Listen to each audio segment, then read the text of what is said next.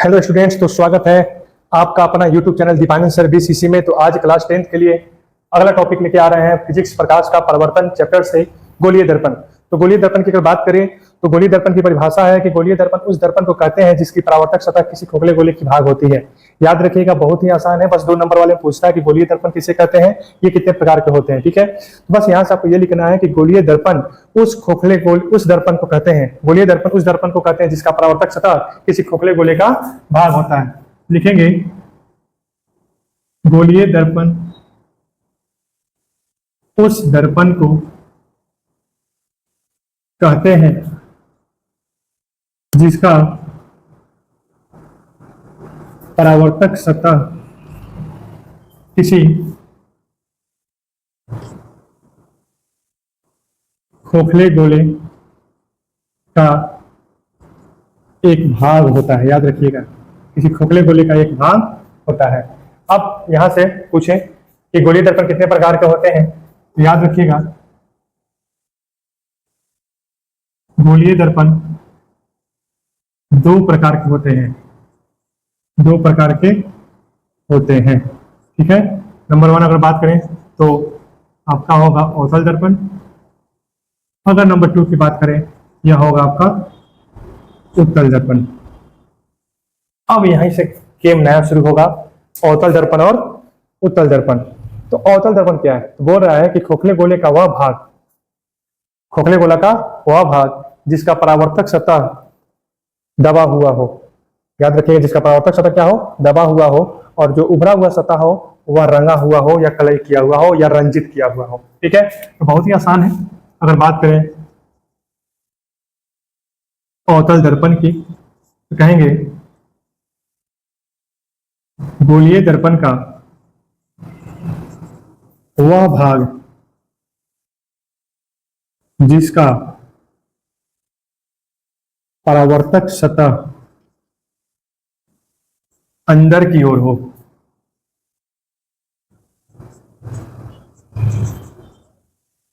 अवतल दर्पण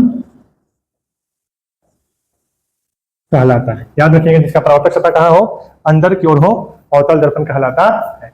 अब अगर बात करें उत्तल दर्पण, बहुत ही आसान है। तो हम लोग यहां पे क्या चेंज करेंगे, बस लिखेंगे गोलीय दर्पण का वह भाग जिसका परावर्तक सतह बाहर की ओर उभरा हो, उत्तल दर्पण कहलाता है। ठीक है, अब देखो, मान लेते हैं यह कोई गोलीय पिंड है। अगर इस पिंड को अंदर से रंग दें, ये खोखला मान लेते हैं, और किसी को बाहर से रंग दें, ठीक है, और इसको 2 भागों में बांट दें। इसको 2 भागों में क्या कर दें, यानी ये पूरा आपका गोलीय दर्पण है, और इसको मैंने क्या किया, एक को अंदर से रंग दिया और एक को बाहर से रंग दिया। ठीक है, तो यहीं से हमको दोनों दर्पण प्राप्त होगा, अवतल और उत्तल। क्योंकि परिभाषा देखिए अवतल दर्पण में, गोलीय दर्पण का वह भाग जिसका परावर्तक सतह किधर, परावर्तक सतह की बात कर रहा है, किधर, अंदर।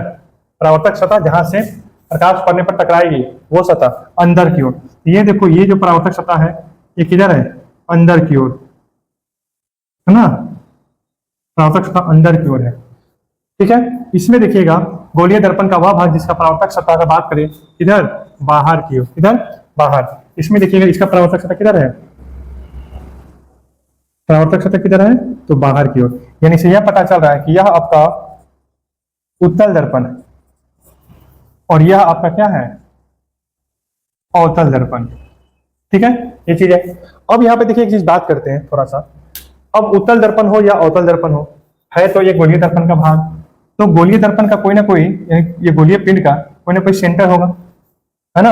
अब इसी सेंटर से अगर बात करें, इसको इधर मिलाया जाए तो ये इसको ऐसे मिलाया जाए, ये सेंटर होगी, ये इसकी व्यास होगी। अगर यहाँ से जो सेंटर मानेंगे सी, है ना, सेंटर, तो ये इसकी त्रिज्या हो जाएगी, इसके लिए ये त्रिज्या हो जाएगी। यानी अब कुछ शायद समझ में आ रहा हो। अब यहाँ से हम लोग को मिलने वाला है आपका सेंटर, और सेंटर जो है ना कर सकते हैं ये परावर्तक सतह के मध्य बिंदु पर जहां मिलेगा उस बिंदु को हम लोग कहेंगे ध्रुव, और इसके बीच की ये जो दूरी है ये हो जाएगी वक्ता त्रिज्या। ठीक है, ये चीज है जो त्रिज्या होगी वक्ता त्रिज्या। तो यहाँ से हम लोग को सिस्टमैटिक तरीके से अब कुछ कुछ परिभाषा मिलेगा जो अवतल के लिए भी वही है और उत्तल के लिए भी वही है। ठीक है, अब आते हैं, अब हम लोग लिख सकते हैं कि गोलीय दर्पण से संबंधित कुछ महत्वपूर्ण बिंदु हम लोग देखेंगे। अब याद रखिएगा ये 2 नंबर में पूछता है। ठीक है, 2 नंबर में आपको बस यही पूछेगा गोलीय दर्पण किसे कहते हैं, ये कितने प्रकार के होते हैं। गोलीय दर्पण परिभाषा लिख दीजिए, ये 2 प्रकार के होते हैं। अगर पिक्चर दर्शा दो तो बहुत बढ़िया रहेगा। ठीक है, ये चीज है। अन्यथा अगर कभी कभी ये भी होता है कि अवतल दर्पण की परिभाषा भी दे देता है, कुछ देता है, तो आप दोनों बस कॉमन चीज है याद रखिएगा, जिसका परावर्तक सतह अंदर की ओर होगा ये हो गया अवतल दर्पण, और जिसका परावर्तक सतह बाहर की ओर होगा ये क्या होगा, उत्तल दर्पण। ठीक है, चलिए नोट कीजिए इसको।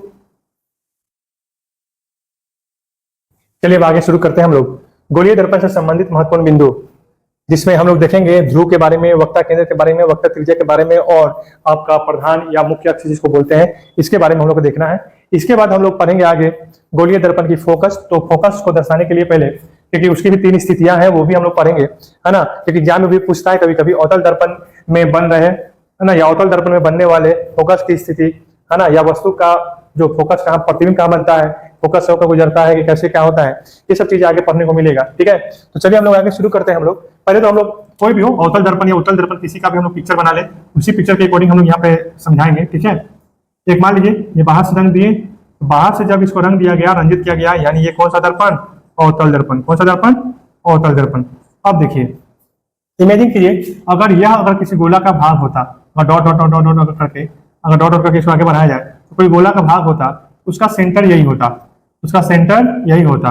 ठीक है, तो ये जो सेंटर है यही सेंटर आपका सी हो जाता, यही सेंटर क्या होता है, सी, जिसको हम लोग बोलते हैं वक्ता केंद्र। ठीक है, जिसको क्या बोलते हैं, वक्ता केंद्र। ठीक है, और इस सेंटर से एक रेखा को जो है ये आपका परावर्तक सतह के गोलीय जो दर्पण है, जो भी अवतल दर्पण इसमें हम लोग किए हैं गोलीय दर्पण में, अवतल दर्पण के परावर्तक सतह के मध्य बिंदु पर आएगा, तो यह जो मध्य बिंदु होगा यही आपका ध्रुव होगा, यही क्या होगा, आपका ध्रुव होगा। ये आपका क्या होगा, वक्ता केंद्र। ये क्या होगा, वक्ता केंद्र। ठीक है, अब आगे अगर बात करें, याद रखिएगा यह जो रेखा है जो वक्ता केंद्र ध्रुव को मिलाती है, इसी को बोलते हैं आपका प्रधान अक्ष या मुख्य अक्ष। याद रखिएगा, इसी को बोलते हैं प्रधान अक्ष या मुख्य अक्ष। ठीक है, और इनके मध्य की दूरी, वक्ता केंद्र और ध्रुव के मध्य की दूरी को हम लोग बोलते हैं वक्ता त्रिज्या। क्या बोलते हैं, वक्ता त्रिज्या। ठीक है, पिक्चर स्पष्ट देखिएगा, यहाँ पे बहुत ही आसान है। मैंने एक अवतल दर्पण लिया, आप उत्तल दर्पण भी ले सकते हैं, अगर कर सकते हैं, इसको अंदर क्यों रंगेंगे, है ना, तो ये उत्तल दर्पण होगा। ठीक है, इसका भी कहीं ना कहीं अगर ऐसा घुमाया जाए एक सेंटर होगा, इस सेंटर से अगर बात करें, है ना, इसके परावर्तक सतह के मध्य बिंदु पर अगर मिलाएंगे तो यह आपको ध्रुव मिलेगा, यह आपका वक्ता केंद्र, इनके बीच की दूरी आपका वक्ता त्रिज्या।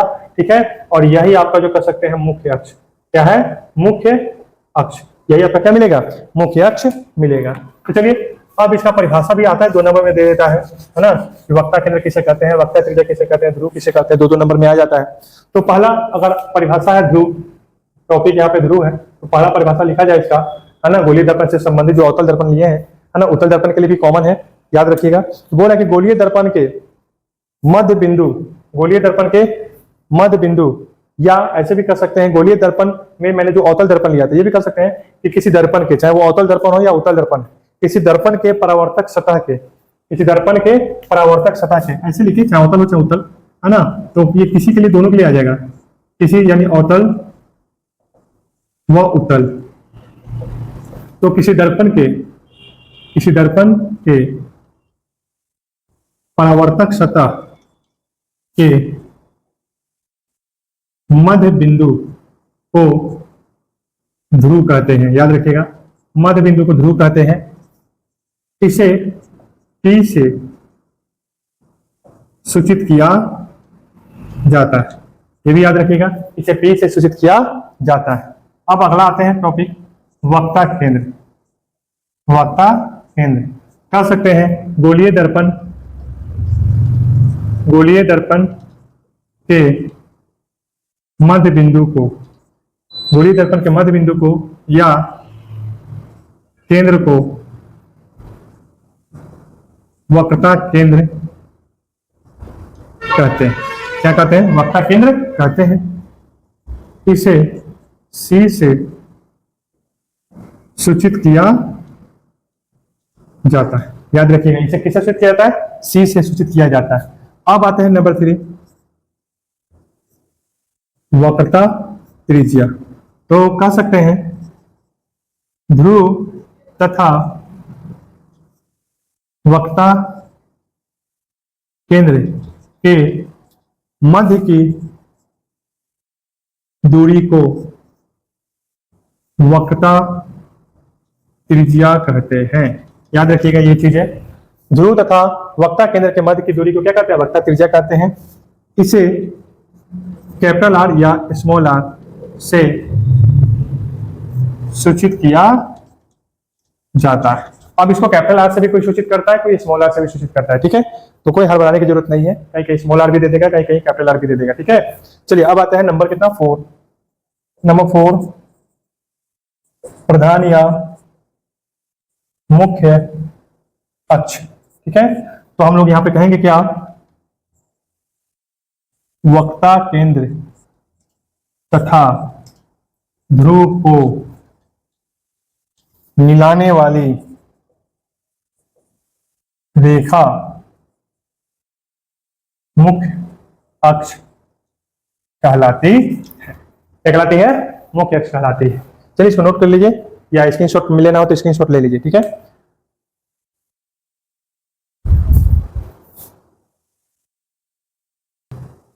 चलिए अगला टॉपिक शुरू करते हैं। अगला है गोलीय दर्पण का फोकस, जिसमें हम लोग देखेंगे अवतल दर्पण का फोकस, यानी अवतल दर्पण में फोकस की परिभाषा देखेंगे। याद रखिएगा, फोकस की परिभाषा अवतल दर्पण में और उत्तल दर्पण में थोड़ा सा चेंज हो जाता है, क्योंकि उसके प्रकृति पर निर्भर करता है ना। तो चलिए हम लोग यहाँ पे देखते हैं, फोकस की भी परिभाषा आता है, जिसको मुख्य फोकस भी कहते हैं। क्वेश्चन पूछता है फोकस या मुख्य फोकस किसे कहते हैं, तो ये अवतल दर्पण में भी पूछ सकता है, उत्तल दर्पण में भी पूछ सकता है, या कॉमन आपका सिर्फ ये भी पूछ सकता है कि मुख्य फोकस किसे कहते हैं। तो आप जो आसान लगे, चाहे वो अवतल दर्पण से संबंधित हो, चाहे वो उत्तल दर्पण से संबंधित हो, जो आपको आसान लगे वहां पे आप इसको परिभाषा लिख सकते हैं। तो चलिए पहले हम लोग यहाँ पर समझते हैं एक पिक्चर, ठीक है। ये पिक्चर अवतल दर्पण की बात कर रहा है, तो आपको समझ में आ रही है कि ये आपका अवतल दर्पण है, और ये इसका बाहर की ओर रंगा हुआ या रंजित किया हुआ सतह है, यानी अंदर परावर्तक सतह होगा। तो इसका ये आपको बताते जाइए, ये मुख्य अक्ष है, यह आपका क्या है, ध्रुव है, और ये मान लीजिए आपका ये सेंटर है, यही आपका क्या है, सेंटर है ना। चलिए अब बोल रहे हैं क्या, इसको मुख्य अक्ष कहते हैं, ये भी आपको पता है। सी और पी को मिलाने वाली रेखा क्या है, मुख्य अक्ष है। बोल क्या रहा है कि मुख्य अक्ष के समांतर, ये मान लीजिए कोई किरण आ रही है जो मुख्य अक्ष के समांतर आ रही है ना, मुख्य अक्ष के समांतर आपतित किरण, ये क्या है, आपतित किरण है ना, मुख्य अक्ष के समांतर। मान लीजिए कोई किरण है आ रही है, तो परिभाषा यहाँ पे भी लिखेंगे। देखिए मुख्य अक्ष के समांतर कोई किरण आएगी और इस दर्पण के परावर्तक बिंदु पर, तो परावर्तक सतह है, तो किसी बिंदु पर, और ये बिंदु O है, इस बिंदु पर आकर आपतित होगी। तो ये तो दर्पण है, तो ये क्या करेगी, किरण को परावर्तित करेगी। तो परावर्तित करेंगी तो मुख्य अक्ष के किसी न किसी बिंदु से आकर गुजरेगी, है ना, मुख्य अक्ष के किसी न किसी बिंदु से आकर गुजरेगी, याद रखिएगा। तो गुजरेगी तो ये कटान बिंदु जो मिलेगा, यानी ये जो बिंदु प्राप्त होगा, यही आपका मुख्य फोकस होगा। यही क्या होगा, आपका मुख्य फोकस, याद रखिएगा, जिसको फोकस भी कहते हैं, ठीक है। यही आपका मुख्य फोकस होगा, ठीक है। अब देखिए यहाँ पे, और कहिएगा सर तो प्रकाश का परावर्तन का नियम क्या यहाँ पे लागू होता है, एकदम लागू हो रहा है। देखिए आपतित किरण और ये आपका परावर्तित किरण, आपतित किरण, परावर्तित किरण, तथा ये हो गया आपका आपतन बिंदु। यही आपका दर्पण का सतह है जो आपतन बिंदु का काम कर रहा है, आपतन बिंदु। तो आपतित किरण, परावर्तित किरण तथा आपतन बिंदु पर डाला गया अभिलंब, तो डाला गया अभिलंब इस आपतन बिंदु पर जो सी से, याद रखिएगा, सेंटर से गुजरेगा, डाला गया अभिलंब, तीनों एक ही तल में होते हैं। देखो तो तीनों एक ही तल में है कि नहीं है ना, नियम की पुष्टि हो रही है। सेकेंड नियम कहता है आपतन कोण, तो ये आपतित किरण है और ये अभिलंब है, तो यही बन गया आपतन कोण आई, और परावर्तन कोण आर आपस में क्या होते हैं, बराबर होते हैं, आपस में क्या होते हैं, बराबर। तो चलिए हम लोग यहाँ पे मुख्य अक्ष की परिभाषा लिखेंगे, तो कहेंगे क्या कि अवतल दर्पण की बात कर रहा है, तो कह सकते हैं कि मुख्य, या आपको अवतल लिखो या उत्तल लिखो, कोई दिक्कत नहीं है, आप मुख्य अक्ष की परिभाषा डायरेक्ट लिख सकते हैं। तो कह सकते हैं कि मुख्य अक्ष के समानांतर आती प्रकाश की किरण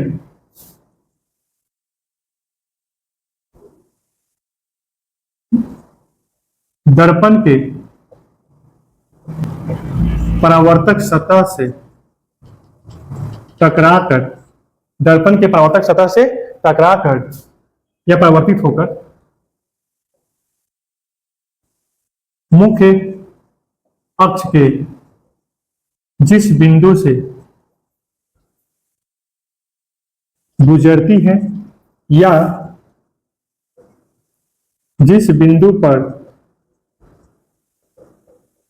मिलती है, वह बिंदु दर्पण का फोकस या मुख्य फोकस कहलाता है। ठीक है, फोकस या मुख्य फोकस कहलाता। ये तो हो गया अवतल दर्पण में। अब आते हैं उत्तल दर्पण में। अब आते हैं उत्तल दर्पण में। तो चलिए यहां भी देखिएगा, बहुत ही आसान है। ये मान लीजिए आपका उत्तल दर्पण है, ये अंदर से रंगा हुआ है। ठीक है, यानी इसका परावर्तक सतह उभरा हुआ है और ये आपका सेंटर है, ये आपका सेंटर है, ये ध्रुव है, ये मुख्य अक्ष है। ठीक है, अब मान लेते हैं ये परावर्तक सतह ये है, यानी वस्तु हम लोग इधर रखेंगे। याद रखिएगा, जिधर परावर्तक सतह होता है उधर ही वस्तु पर रखा जाता है। अवतल दर्पण में परावर्तक सतह अंदर की ओर है, यानी इधर वस्तु होता है। ठीक है, और अवतल दर्पण में परावर्तक सतह जो है ना उभरा हुआ है, तो वस्तु जो है ना आपका किधर रखा जाता है, बाएं तरफ ही रखा जाता है। वस्तु हमेशा बाएं तरफ होगा दर्पण में, चाहे अवतल हो चाहे उत्तल में। ठीक है, याद रखिएगा। मान लीजिए यहां से कोई वस्तु स्रोत से कोई प्रकाश की किरण, ये भी मुख्य अक्ष से समांतर आ रही है, एक समांतर आ रही, तो ये होगी आपतित किरण, ये हो गई आपतित किरण। तो टकराने के बाद ये परावर्तित हो रही है, यानी ये हो गई परावर्तित किरण, और यही आपका आपतन बिंदु O है। तो डाला गया अभिलंब, तीनों एक ही तल में होता है। चलिए, तो पुष्टि हो गया, ये आपतित किरण I और ये हो गया R। अब देखिए यहाँ पे लॉजिक किया, यहाँ पे लॉजिक है। देखिए किरण आ रही है मुख्य अक्ष से समांतर, टकराने के बाद वापस लौट जा रही है। तो हम लोग यहाँ से देखते हैं, है ना, इस बिंदु से हम लोग देखते हैं, तो हम लोग को ये एहसास होता है यह जो प्रकाश है वो इधर से ना आकर, है ना, ये यहाँ से आ रहा है ना, यानी यहाँ से प्रकाश जो है ना, अगर ऐसे बनाया जाए, प्रकाश यहाँ से जाता हुआ प्रतीत होता है। ठीक है, याद रखिए, तो शायद इधर हो गया, ऐसे होगा, प्रकाश इधर से जाता हुआ प्रतीत। क्योंकि यहाँ से अगर आप यहाँ पे अगर आंख रखा जाए, यानी यहाँ से हम देखेंगे, तो हमको यही लगेगा कि प्रकाश जो है ना आ रही है कहाँ से, तो दर्पण के पीछे से। कहां से? दर्पण के पीछे से। तो दर्पण के पीछे से प्रकाश आपको आता हुआ प्रतीत होगा। ठीक है, तो यहाँ जिस बिंदु से आता हुआ प्रतीत होगा, ठीक है, वही बिंदु जो है ना उत्तल दर्पण के लिए मुख्य फोकस होगा। वही उत्तल दर्पण के लिए क्या होगा? मुख्य फोकस होगा। ये चीजें याद रखते हैं। अब उत्तल दर्पण का फोकस में हम लोग इसकी परिभाषा देखा जाए मुख्य फोकस को, तो देखिए यहाँ पे बहुत ही आसान है। बोल रहा है क्या? मुख्य अक्ष के समांतर आती प्रकाश की किरण दर्पण से परावर्तन के बाद, ये भी वही चीज है। अब बोल रहा है कि मुख्य अक्ष के जिस बिंदु से आती हुई प्रतीत होगी, यानी मुख्य अक्ष के समांतर आती प्रकाश की किरण दर्पण से परावर्तन के बाद जिस बिंदु से आती हुई प्रतीत होगी, यानी दर्पण के पीछे से, है ना, जिस बिंदु से आती हुई, यानी मुख्य अक्ष से जिस बिंदु से आती हुई प्रतीत होगी, वही बिंदु आपका मुख्य फोकस कहलाता है। वही बिंदु क्या कहलाता है? मुख्य फोकस कहलाता है। याद रखिएगा। अब यहाँ पे नोट में है कि फोकस को कैपिटल एफ से सूचित किया जाता है, और यहीं से एक और परिभाषा मिलता है आप लोग को, फोकस दूरी। क्या मिलता है? फोकस दूरी। तो याद रखिएगा फोकस दूरी की परिभाषा क्या है। तो याद रखिएगा, मुख्य फोकस और ध्रुव के मध्य की दूरी को क्या कहते हैं? फोकस दूरी कहते हैं। तो यहाँ पे परिभाषा लिखा हुआ है, मुख्य फोकस तथा ध्रुव के मध्य की दूरी को फोकस दूरी कहते हैं। इसे स्मॉल एफ से सूचित किया जाता है। ठीक है। अब फोकस दूरी में हम लोग दो चीज देखेंगे, एक वस्तु दूरी और एक हम लोग देखेंगे प्रतिबिंब दूरी। याद रखिएगा, वस्तु से ध्रुव के बीच की दूरी को हम लोग वस्तु दूरी कहते हैं। अब मान लेते हैं वस्तु दूरी, मैंने क्या बोला, सपोज दैट यहाँ मैंने एक वस्तु रखा है, यहाँ मैंने क्या रखा है, ये मान लीजिए वस्तु है, ये क्या है? वस्तु। तो ये वस्तु और ध्रुव के बीच की दूरी, इस वस्तु और ये जो ध्रुव है, इस ध्रुव के बीच की दूरी को वस्तु दूरी कहते हैं। याद रखिए, क्या कहते हैं? वस्तु दूरी कहते हैं। इसे हम लोग जो है ना यू से सूचित करते हैं। किससे? यू से। ठीक है। अब एक और है, इमेजिन करते हैं कि मान लीजिए इसका प्रतिबिंब कहीं बिंदु पर मिल रहा है, चाहे यहाँ बने चाहे यहाँ बने, कहीं भी बने, ये तो यहाँ पे ये प्रतिबिंब इसका बनेगा, तो इसको हम लोग क्या कहेंगे? प्रतिबिंब दूरी। क्या कहेंगे? प्रतिबिंब दूरी, जिसे भी से सूचित किया जाता है। किससे? भी से। तो हम लोग यहाँ पे बात करते हैं वस्तु दूरी। ठीक है, फोकस दूरी देख लिए, तो अब हम लोग देखेंगे क्या? वस्तु दूरी, है ना। तो हम लोग क्या कहेंगे? हम लोग कहेंगे कि वस्तु से ध्रुव के बीच की दूरी को, वस्तु से वस्तु देता है या कहीं कहीं बिंब देता है, याद रखिएगा ना। वस्तु से ध्रुव के मध्य की दूरी को, अगला जो टॉपिक है वो टॉपिक देखते हैं हम लोग, वस्तु दूरी और प्रतिबिंब दूरी। ठीक है, तो यहाँ पे वस्तु दूरी की मैंने परिभाषा लिखा है, बोल रहा है कि वस्तु से ध्रुव के मध्य की दूरी को वस्तु दूरी कहते हैं। याद रखिएगा, वस्तु से ध्रुव के मध्य की दूरी को क्या कहते हैं? वस्तु दूरी कहते हैं। इसे यू से सूचित किया जाता है। अब देखिए यहाँ पे, याद रखिएगा मुख्य अक्ष के ऊपर ही, मुख्य अक्ष के ऊपर ही और दर्पण के जो नहीं अवतल उत्तल उसके बाएं वस्तु को रखा जाता है। तो मैंने यहाँ पे वस्तु कोई ऑब्जेक्ट रख दिया, वस्तु कहो या बिंब कहो, ठीक है। अब इसको रख दिया, इससे और ध्रुव के मध्य की जो दूरी है इसी को हम लोग कहेंगे क्या? वस्तु दूरी। और इसे यू से सूचित किया जाता है। किससे? यू से। ठीक है, अब इसी प्रकार बात करें तो प्रतिबिंब दूरी। अब एक चीज याद रखिएगा, प्रतिबिंब अवतल दर्पण में अगर बात करें तो दर्पण के नीचे बनता है या दर्पण के पीछे भी बनता है। ठीक है, तो नीचे बने या पीछे बने, यानी या इस साइड बने, दाएं बने या बाएं बने, किसी भी कंडीशन बने, ध्रुव से ही दूरी मापी जाती है। ठीक है, ध्रुव से ही दूरी मापी जाती है। यानी प्रत्येक बिंदु जितना भी आपने देखा है, चाहे वक्ता केंद्र देखा हो, चाहे आप फोकस देखा हो, है ना, चाहे वस्तु देखा हो या प्रतिबिंब देखा हो, सभी की दूरियां मापी जाती है ध्रुव से। ठीक है, कहां से? ध्रुव से। हम लोग कहेंगे क्या? प्रतिबिंब से ध्रुव के मध्य की दूरी को प्रतिबिंब दूरी कहते हैं। क्या कहते हैं? प्रतिबिंब दूरी कहते हैं। याद रखिए, इसे भी से सूचित किया जाता है। इसे भी से सूचित किया जाता है।